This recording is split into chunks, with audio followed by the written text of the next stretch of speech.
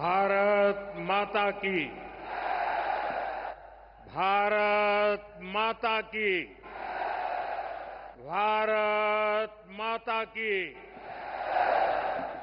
थाने सगळाने राम राम। राजस्थान के राज्यपाल हरिभाऊ बागड़े जी, यहां के लोकप्रिय मुख्यमंत्री श्रीमान भजनलाल जी, पूर्व मुख्यमंत्री बहन वसुंधरा राजे जी, केंद्रीय कैबिनेट के मेरे साथी अश्विनी वैष्णव जी, अर्जुन राम मेघवाल जी, राजस्थान की उप मुख्यमंत्री दिया कुमारी जी, प्रेमचंद जी, राजस्थान सरकार के अन्य मंत्रीगण, संसद में मेरे साथी मदन राठौड़ जी, अन्य सांसद और विधायकगण और मेरे प्यारे भाई और बहनों, आप सभी यहां इतनी विशाल संख्या में आए हैं और इतनी भयंकर गर्मी के बीच, और आज इस कार्यक्रम से देश के 18 राज्य और केंद्र शासित प्रदेशों से भी लाखों लोग ऑनलाइन आज यहां हमारे साथ जुड़े हैं। अनेक राज्यों के राज्यपाल, मुख्यमंत्री, लेफ्टिनेंट गवर्नर, अन्य जनप्रतिनिधि आज हमारे साथ हैं। मैं देश भर से जुड़े सभी महानुभावों का, जनता जनार्दन का अभिनंदन करता हूं।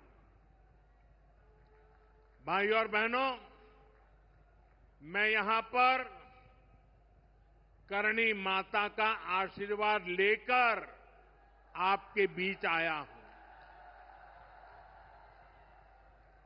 करणी माता के आशीर्वाद से विकसित भारत बनाने का हमारा संकल्प और मजबूत हो रहा है। थोड़ी देर पहले विकास से जुड़ी 26,000 करोड़ रुपए की परियोजनाओं का यहां शिलान्यास और लोकार्पण हुआ है।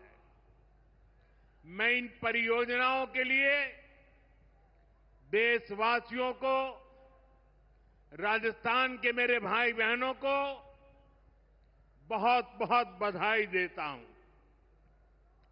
साथियों, विकसित भारत बनाने के लिए आज देश में आधुनिक इंफ्रास्ट्रक्चर बनाने का बहुत बड़ा महायज्ञ चल रहा है। हमारे देश की सड़कें आधुनिक हो, हमारे देश के एयरपोर्ट आधुनिक हो, हमारे यहां रेल और रेलवे स्टेशन आधुनिक हो, इसके लिए पिछले 11 साल में अभूतपूर्व गति से काम किया गया है। आप कल्पना कर सकते हैं, इंफ्रास्ट्रक्चर के इन कामों पर देश पहले जितना पैसा खर्च करता था, आज उससे 6 गुना ज्यादा पैसा खर्च कर रहा है। 6 गुना ज्यादा। आज भारत में हो रहे इन विकास कार्यों को देखकर दुनिया भी हैरान है। आप उत्तर में जाएंगे तो चिनाब ब्रिज जैसा निर्माण देखकर लोग हैरान हैं। पूर्व की तरफ जाएंगे तो अरुणाचल की सेला टनल, असम का बोगीबिल ब्रिज आपका स्वागत करते हैं। पश्चिम भारत में आएंगे तो मुंबई में समंदर पर बना अटल सेतु नजर आएगा। सुदूर दक्षिण में देखेंगे तो पंबन ब्रिज मिलेगा, जो अपनी तरह का देश का पहला ब्रिज है। साथियों, आज भारत अपनी ट्रेनों के नेटवर्क को भी आधुनिक कर रहा है। ये वंदे भारत ट्रेनें, अमृत भारत ट्रेनें, नमो भारत ट्रेनें, ये देश की नई गति और नई प्रगति को दर्शाती है। अभी देश में करीब 70 रूट पर वंदे भारत ट्रेनें चल रही है। इससे दूर सुदूर के इलाकों में भी आधुनिक रेल पहुंची है। बीते 11 साल में सैकड़ों रोड ओवरब्रिज और रोड अंडरब्रिज का निर्माण किया गया है। 34,000 किलोमीटर से ज्यादा के नए रेल ट्रैक बिछाए गए हैं। अब ब्रॉडगेज लाइनों पर मानव रहित क्रॉसिंग, वो बात इतिहास बन चुकी है, खत्म हो चुकी है। हम मालगाड़ियों के लिए अलग से स्पेशल पटरियां, डेडिकेटेड फ्रेट कॉरिडोर का काम भी तेजी से पूरा कर रहे हैं। देश के पहले बुलेट ट्रेन प्रोजेक्ट पर काम चल रहा है और इन सबके साथ ही हम एक साथ देश के करीब 1300 से अधिक रेलवे स्टेशनों को भी आधुनिक बना रहे हैं। साथियों, आधुनिक हो रहे इन रेलवे स्टेशनों को देश ने अमृत भारत स्टेशन का नाम दिया है।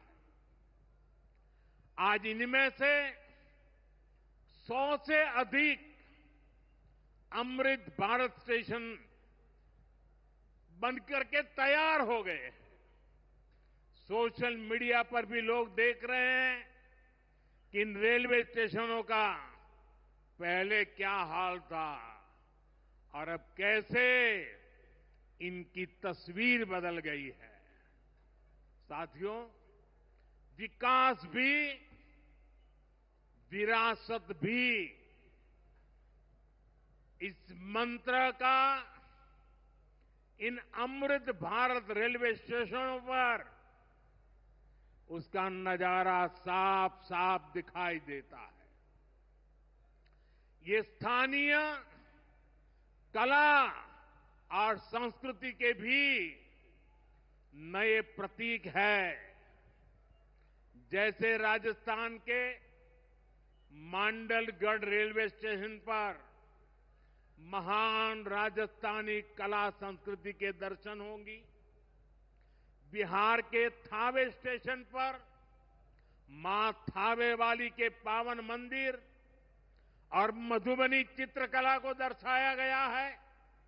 मध्य प्रदेश के ओरछा रेलवे स्टेशन पर आपको भगवान राम के आभा का एहसास होगा। श्रीरंगम स्टेशन का डिजाइन भगवान श्री रंगनाथ स्वामी जी के मंदिर से प्रेरित है। गुजरात का डाकोर स्टेशन रणछोड़राय जी से प्रेरित है। तिरुवन्नामलई स्टेशन द्राविड़ वास्तुकला के अनुसार डिजाइन किया गया है। बेगमपट स्टेशन पर आपको काकतीय साम्राज्य के समय का आर्किटेक्चर देखने को मिलेगा। यानी हर अमृत स्टेशन पर आपको भारत की हजारों साल पुरानी विरासत के दर्शन भी होंगे। ये स्टेशन हर राज्य में टूरिज्म को भी बढ़ावा देने के माध्यम बनेंगे, नौजवानों को रोजगार के नए मौके देंगे और मैं उन शहर के नागरिकों को, रेलवे में यात्रा करने वाले पैसेंजर से प्रार्थना करूंगा, ये सारी संपत्ति के मालिक आप हैं। कभी भी वहां गंदगी न हो, इस संपत्ति का नुकसान न हो, क्योंकि आप उसके मालिक हैं।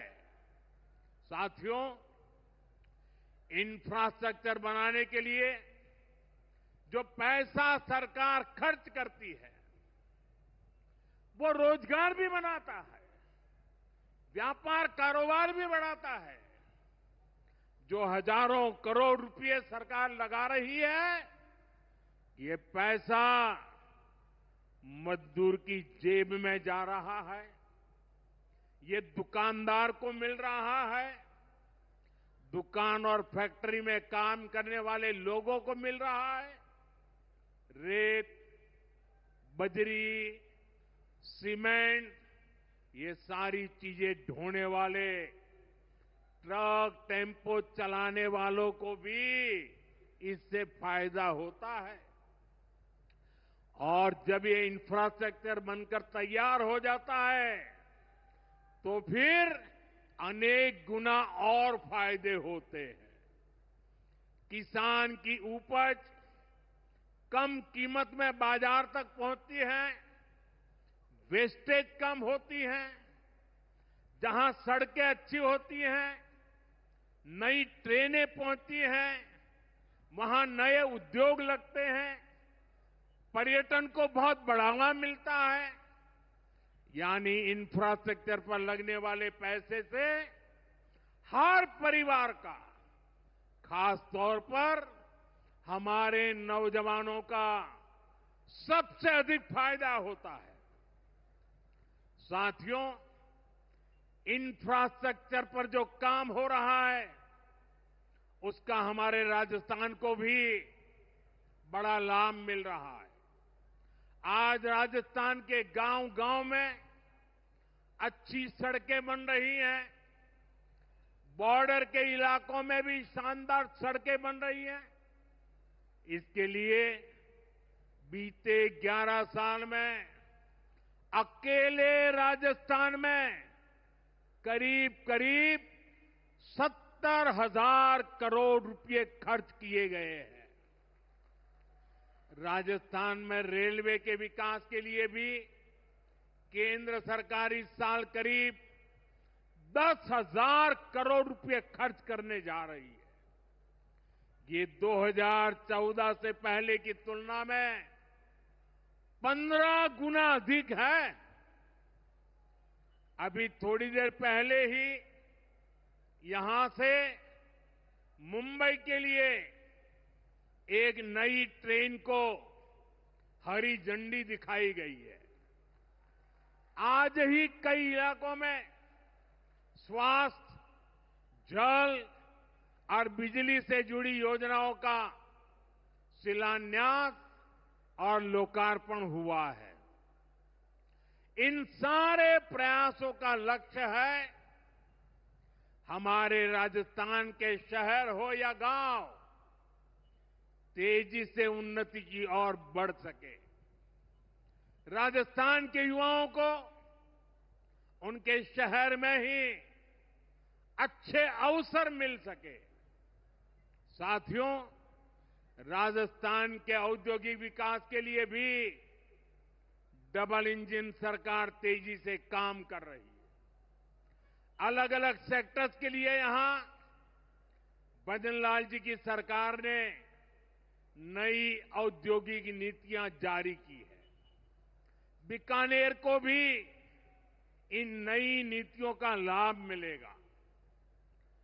और आप तो जानते हैं, जब बीकानेर की बात आती है तो बीकानेरी भुजिया का स्वाद,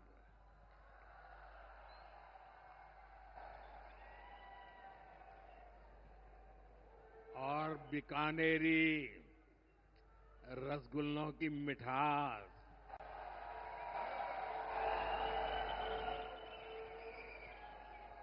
विश्व भर में अपनी पहचान बनाएगी भी और बढ़ाएगी भी। राजस्थान की रिफाइनरी का काम भी अंतिम चरण में है। इससे राजस्थान पेट्रोलियम आधारित उद्योगों का प्रमुख हब बनेगा। अमृतसर से जामनगर तक जो 6 लेन का इकोनॉमिक कॉरिडोर बन रहा है, वो राजस्थान में श्रीगंगानगर, हनुमानगढ़, बीकानेर, जोधपुर, बाड़मेर और जालोर से गुजर रहा है। दिल्ली मुंबई एक्सप्रेसवे का काम भी राजस्थान में लगभग पूरा हो गया है। कनेक्टिविटी का ये अभियान राजस्थान में औद्योगिक विकास को नई ऊंचाई पर ले जाएगा। साथियों, राजस्थान में पीएम सूर्यघर मुफ्त बिजली योजना भी तेजी से आगे बढ़ रही है। इस योजना से राजस्थान के 40,000 से ज्यादा लोग जुड़ चुके हैं। इससे लोगों का बिजली बिल 0 हुआ है और लोगों को सोलर बिजली पैदा करके कमाई का नया रास्ता भी मिला है। आज यहां बिजली से जुड़े कई प्रोजेक्ट का शिलान्यास और लोकार्पण हुआ है। इनसे भी राजस्थान को और ज्यादा बिजली मिलेगी। बिजली का बढ़ता उत्पादन भी राजस्थान में औद्योगिक विकास को नई गति दे रहा है।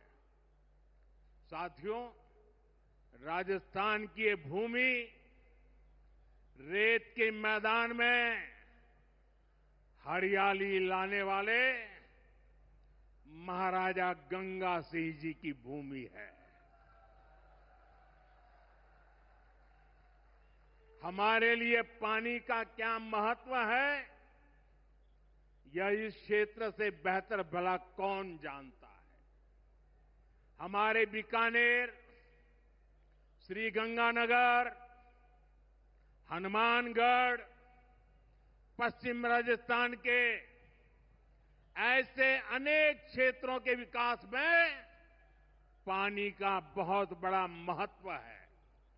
इसलिए एक तरफ हम सिंचाई परियोजनाओं को पूरा कर रहे हैं और साथ ही नदियों को जोड़ रहे हैं। पार्वती, काली सिंध, चंबल लिंक परियोजना से राजस्थान के अनेक जिलों को लाभ होगा। यहां की धरती, यहां के किसानों को फायदा होगा। साथियों,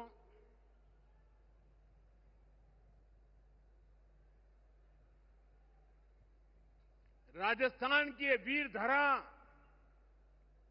हमें सिखाती है कि देश और देशवासियों से बड़ा और कुछ नहीं। 22 अप्रैल को आतंकवादियों ने धर्म पूछकर हमारी बहनों की मांग का सिंदूर उजाड़ दिया था।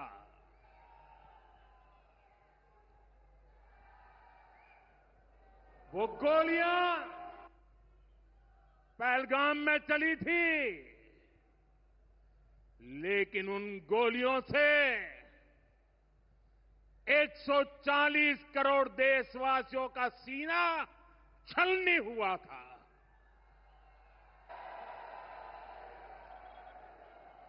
इसके बाद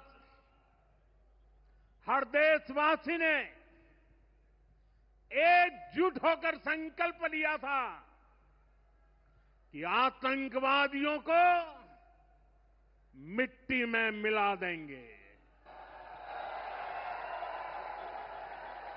उन्हें कल्पना से भी बड़ी सजा देंगे। आज आपके आशीर्वाद से, देश की सेना के शौर्य से हम सब उस प्रण पर खरे उतरे हैं। हमारी सरकार ने तीनों सेनाओं को खुली छूट दे दी थी।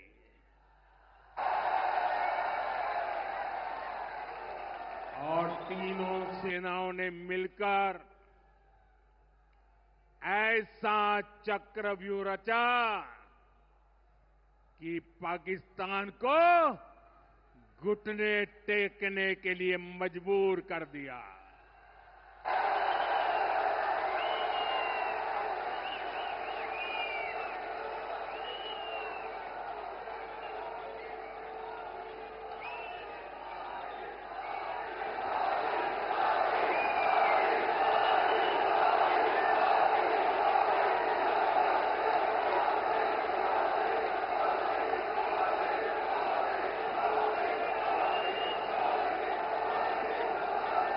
साथियों, 22 तारीख के हमले के जवाब में हमने 22 मिनट में आतंकियों के 9 सबसे बड़े ठिकाने तबाह कर दिए।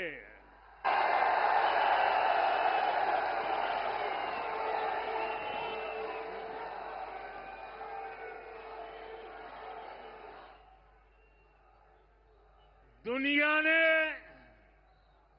और देश के दुश्मनों ने भी देख लिया कि जब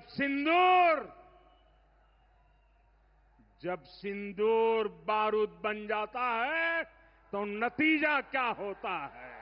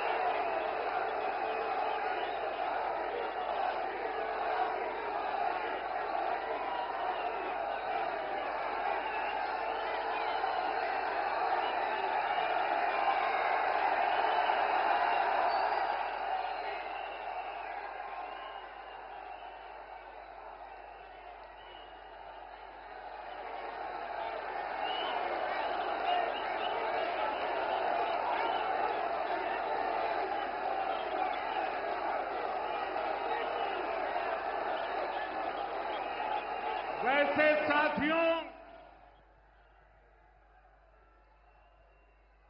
ये संयोग ही है। 5 साल पहले जब बालाकोट में देश ने एयर स्ट्राइक की थी, उसके बाद मेरी पहली जनसभा राजस्थान में ही सीमा पर हुई थी।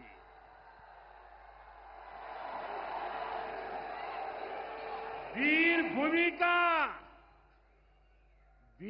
भूमि का ही ये तप है कि ऐसा संयोग बन जाता है। अब इस बार जब ऑपरेशन सिंदूर हुआ तो उसके बाद मेरी पहली जनसभा फिर यहां वीरभूमि राजस्थान की सीमा पर बीकानेर में आप सभी के बीच हो रही है।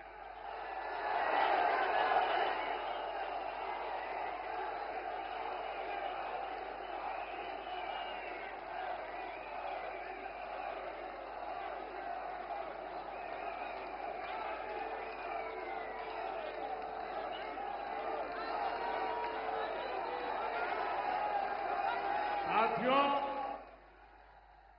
चूरू में मैंने कहा था, एयर स्ट्राइक के बाद मैं आया था, तब मैंने कहा था, सौगंध मुझे इस मिट्टी की, मैं देश नहीं मिटने दूंगा, मैं देश नहीं झुकने दूंगा।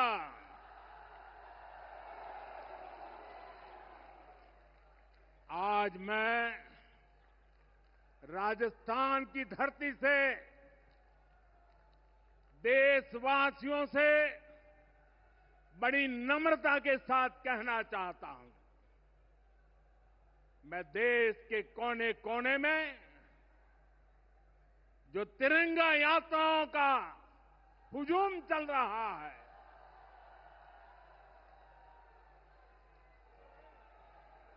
मैं देशवासियों से कहता हूं,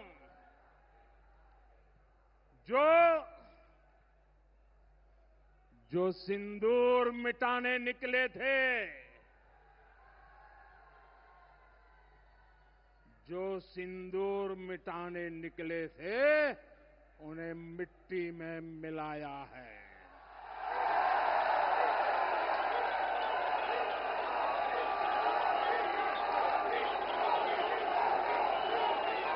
जो हिंदुस्तान का लहू बहाते थे, जो हिंदुस्तान का लहू बहाते थे, आज कतरे कतरे का हिसाब चुकाया है।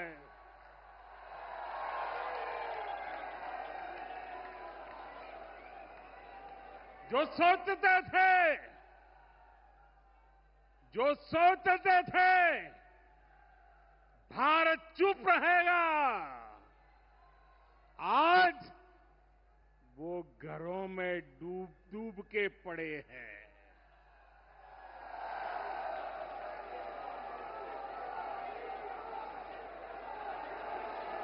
जो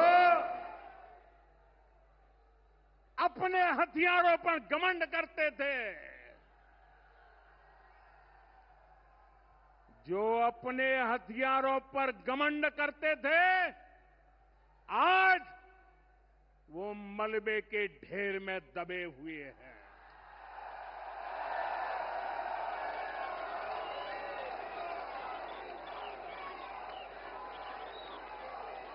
मेरे प्यारे देशवासियों, ये शोध प्रतिशोध का खेल नहीं, ये शोध प्रतिशोध का खेल नहीं, ये न्याय का नया स्वरूप है।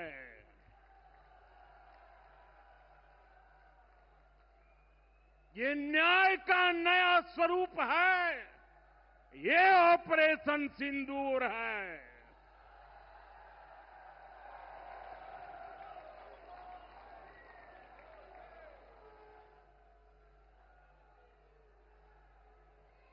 ये सिर्फ आक्रोश नहीं है, ये सिर्फ आक्रोश नहीं है, ये समर्थ भारत का रौद्र रूप है। ये भारत का नया स्वरूप है।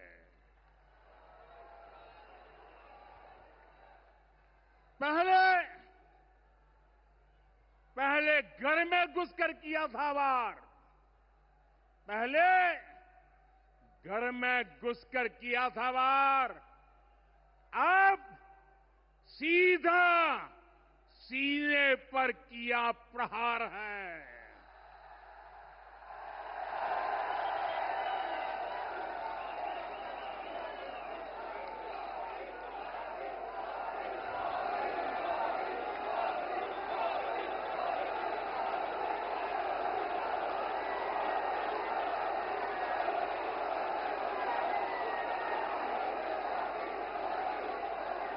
आतंक का फन कुचलने की,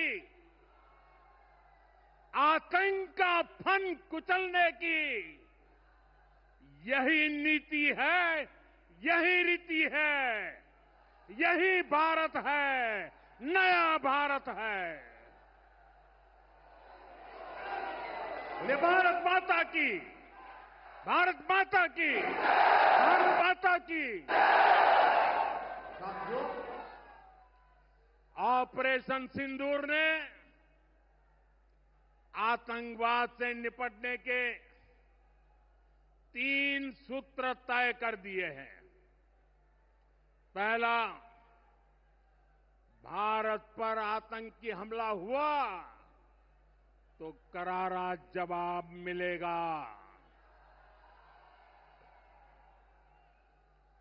समय हमारी सेनाएं तय करेगी, तरीका भी हमारी सेनाएं तय करेगी और शर्तें भी हमारी होगी। दूसरा, एटम बम की गीदड़ बप्तियों से भारत डरने वाला नहीं है। और तीसरा, हम आतंक के आकाओं और आतंकी सरपरस्त सरकार को अलग अलग नहीं देखेंगे, उन्हें अलग अलग नहीं देखेंगे, उन्हें एक ही मानेंगे। पाकिस्तान का ये स्टेट और नॉन स्टेट एक्टर वाला खेल अब नहीं चलेगा। आपने देखा होगा, पूरी दुनिया में पाकिस्तान की पोल खोलने के लिए हमारे देश के 7 अलग अलग प्रतिनिधिमंडल पूरे विश्व भर में पहुंच रहे हैं। और इसमें देश के सभी राजनीतिक दलों के लोग हैं, विदेश नीति के जानकार हैं, गणमान्य नागरिक है।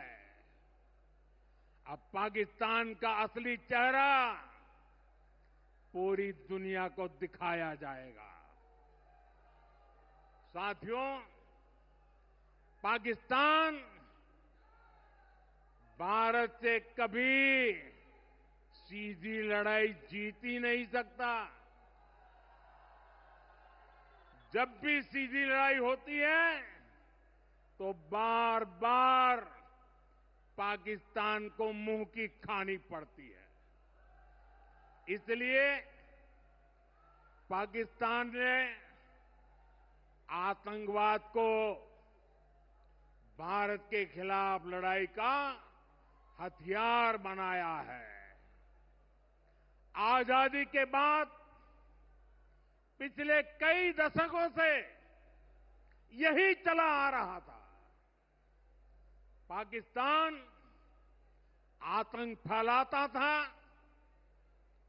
निर्दोष लोगों की हत्याएं करता था, भारत में डर का माहौल बनाता था। लेकिन पाकिस्तान एक बात भूल गया, अब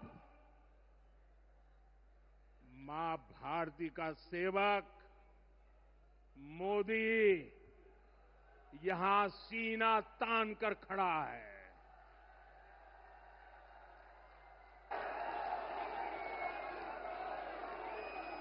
मोदी का दिमाग ठंडा है, ठंडा रहता है, लेकिन मोदी का लहू गर्म होता है।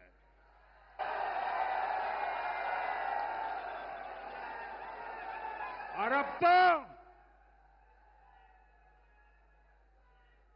मोदी की नसों में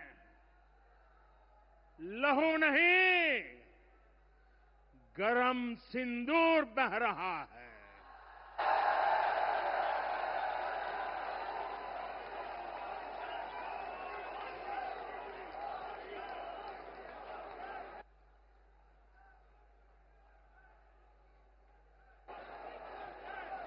अब भारत ने दो टूक साफ कर दिया है। हर आतंकी हमले की पाकिस्तान को भारी कीमत चुकानी पड़ेगी और ये कीमत पाकिस्तान की सेना चुकाएगी, पाकिस्तान की अर्थव्यवस्था चुकाएगी। साथियों, जब मैं दिल्ली से यहां आया तो बीकानेर के नाल एयरपोर्ट पर उतरा। पाकिस्तान ने इस एयरबेस को भी निशाना बनाने की कोशिश की थी, लेकिन वो इस एयरबेस को रत्ती भर भी नुकसान नहीं पहुंचा पाया। और वहीं यहां से कुछ ही दूर सीमा पार पाकिस्तान का रहीम यार खान एयरबेस है। पता नहीं आगे कब खुलेगा। आईसीयू में पड़ा है। भारत की सेना के अचूक प्रहार ने इस एयरबेस को तहस नहस कर दिया है। साथियों, पाकिस्तान के साथ न ट्रेड होगा न टॉक। अगर बात होगी तो सिर्फ पाकिस्तान के कब्जे वाले कश्मीर की, पीओके की। और अगर पाकिस्तान ने आतंकियों को एक्सपोर्ट करना जारी रखा तो उसको पाई पाई के लिए मोहताज होना होगा। पाकिस्तान को भारत के हक का पानी नहीं मिलेगा। भारतीयों के खून से खेलना पाकिस्तान को महंगा पड़ेगा। ये भारत का संकल्प है और दुनिया की कोई ताकत हमें इस संकल्प से टिका नहीं सकती है।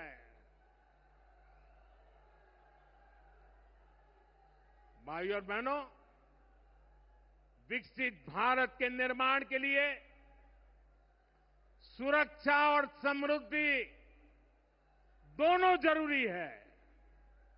ये तभी संभव है जब भारत का कोना कोना मजबूत होगा। आज का ये कार्यक्रम भारत के संतुलित विकास का, भारत के तेज विकास का उत्तम उदाहरण है। मैं एक बार फिर इस वीर धरा से सभी देशवासियों को बधाई देता हूं। मेरे साथ बोलिए, दोनों मुट्ठी बंद करके पूरी ताकत से बोलिए, भारत माता की,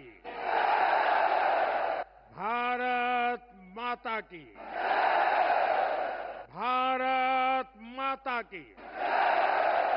वंदे वंदे वंदे वंदे वंदे वंदे वंदे वंदे